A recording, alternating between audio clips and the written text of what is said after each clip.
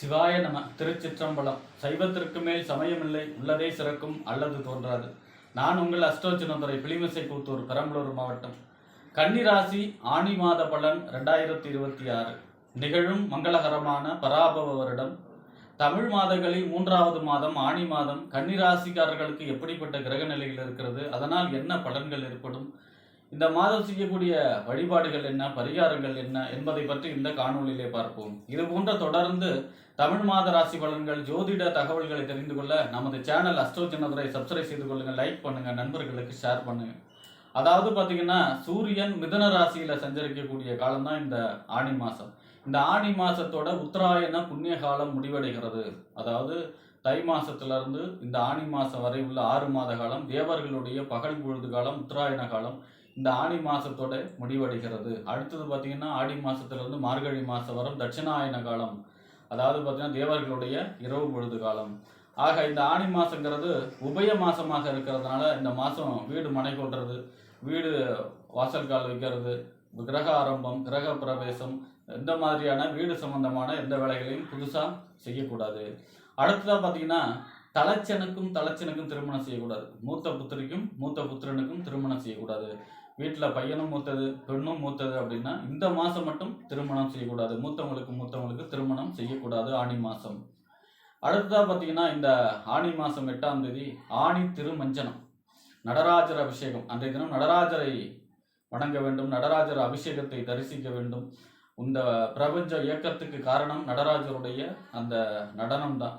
அவருடைய நடனம் தான் பிரபஞ்ச இயக்கமே.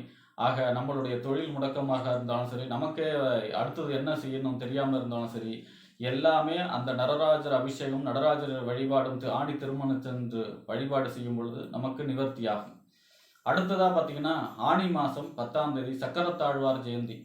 அன்றைய தினம் பார்த்தீங்கன்னா, சக்கரத்தாழ்வாருக்கு அபிஷேகம் செய்வதும் வழிபாடு செய்வதும், அதே போல சுதர்சன ஹோமம் செய்வதற்கு மிக அற்புதமான நாள் ஆணி மாதம் 10ஆம் தேதி. ஆக நம்மளுடைய நம்ம பிடிச்சிருக்கக்கூடிய தீய சக்திகள், நம்ம வீட்டில் இருக்கக்கூடிய தீய சக்திகள் எல்லாமே விலகும் சுதர்சன ஹோமமும், அதே போல சக்கரத்தாழ்வாருடைய வழிபாடும். ஆக அன்றைய தினம் சக்கரத்தாழ் வழிபாடு செய்வது சிறப்பு. ஆணி மாதம் 15ஆம் தேதி வட சாவித்திரி விரதம். அதாவது அன்றைய தினம் சத்தியவான் சாவித்திரியுடைய கதையை பாராயணம் செய்பவர்களுக்கு தீர்க்க சுமங்கலி யோகம் இருக்கும் பெண்களுக்கு. ஆக அன்றைய தினம் விரதம் இருந்து சத்தியவான் சாவித்திரியுடைய கதையை படித்தாலே போதும், நமக்கு தீர்க்க சுமங்கலி யோகம் கிடைக்கும். ஆக இப்படிப்பட்ட சிறப்பு வாய்ந்த இந்த ஆணி மாசத்து கன்னிராசியை பொறுத்த வரைக்கும் உங்கள் ராசிநாதன் புதன் உங்கள் ராசிக்கும் 10ஆம் இடம் என்று சொல்லக்கூடிய தொழில், புகழ், அந்தஸ்து, கௌரவம், இந்த 1க்கும் 10க்கும் உடைய புதன் 10ஆம் இடத்திலேயே ஆட்சி பெற்று சஞ்சரிக்கிறார் 8ஆம் தேதி வரை. 10ஆம் அதிபதி 10ல் ஆட்சிங்கும் போது நன்மை, தொழில் சிறப்பாக இருக்கும், தொழிலில் வாடிக்கையாளர்கள் பெருகும், புதிய தொழில் தொடங்கக்கூடிய அமைப்பு, பதவி பொறுப்பு கிடைக்கக்கூடிய அமைப்பு, அதே மாதிரி பார்த்திங்கன்னா உங்களுடைய புகழ், அந்தஸ்து, கௌரவம் உயரக்கூடிய அமைப்பு, கமிஷன் ஏஜென்சி தொழில் செய்பவர்களுக்கு யோகமான காலமாகும். ஆக இந்த 8ஆம் தேதிக்கு அப்புறம் 11ஆம் இடத்துல குருவோடு சேர்ந்து சஞ்சரிக்க போகிறார். மிக அற்புதமான பலன், லாபகரமான. அதாவது ராசி அதிபதி போய் 11ல் இருக்கார் அப்படின்னா 8ஆம் தேதியிலிருந்து 15ஆம் தேதி வக்கரமாகிறார் 11ஆம் இடத்துல இருந்து. மறுபடியும் 23ஆம் தேதி 10ஆம் இடத்துக்கு ஆட்சி பெற்று சஞ்சரிக்க போகிறார்.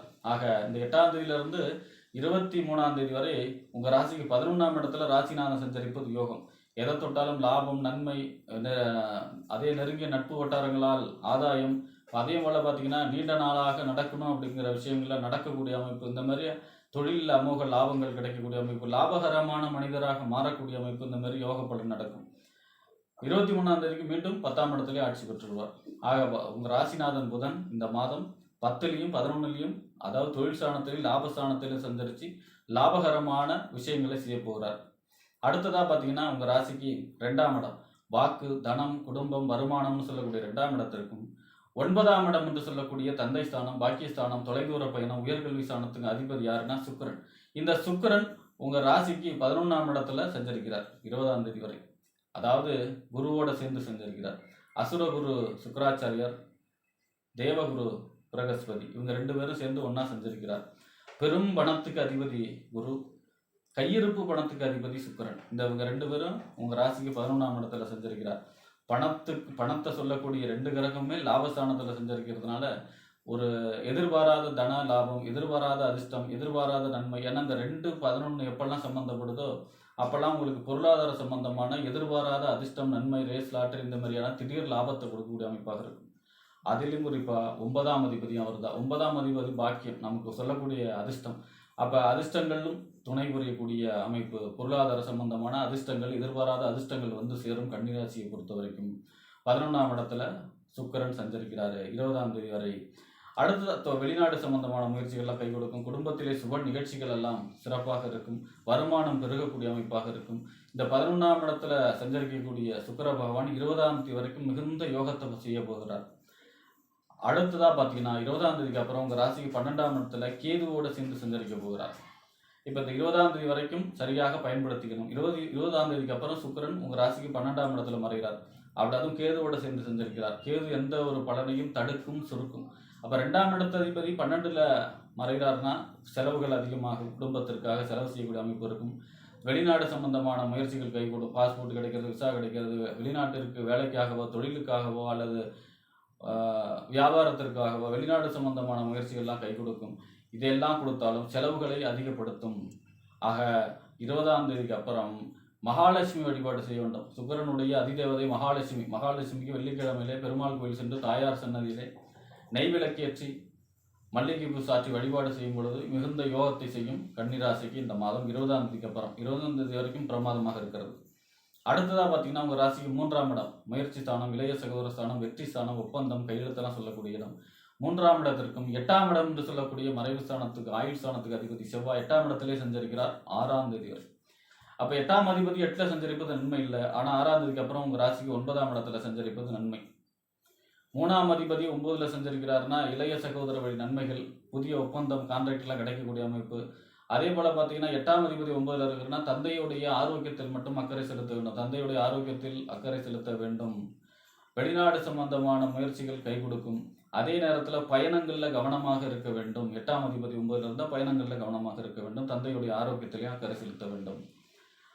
ஆக செவ்வாயும் அற்புதமான பலன்களை தர இருக்கிறார். அடுத்ததாக உங்கள் ராசிக்கு 12ஆம் இடத்து அதிபதி விரையாதிபதி, அதாவது விரயஸ்தானம், அயன சயன போகஸ்தானத்துக்கு அதிபதி சூரியன் உங்கள் ராசிக்கு இந்த மாதம் 10ஆம் இடத்துல சஞ்சரிக்கிறார். 10ஆம் இடங்கிறது சூரியனுக்கு திக்பலம், ஷட்பலத்தில் ஒரு பலம், வலுவான நிலை.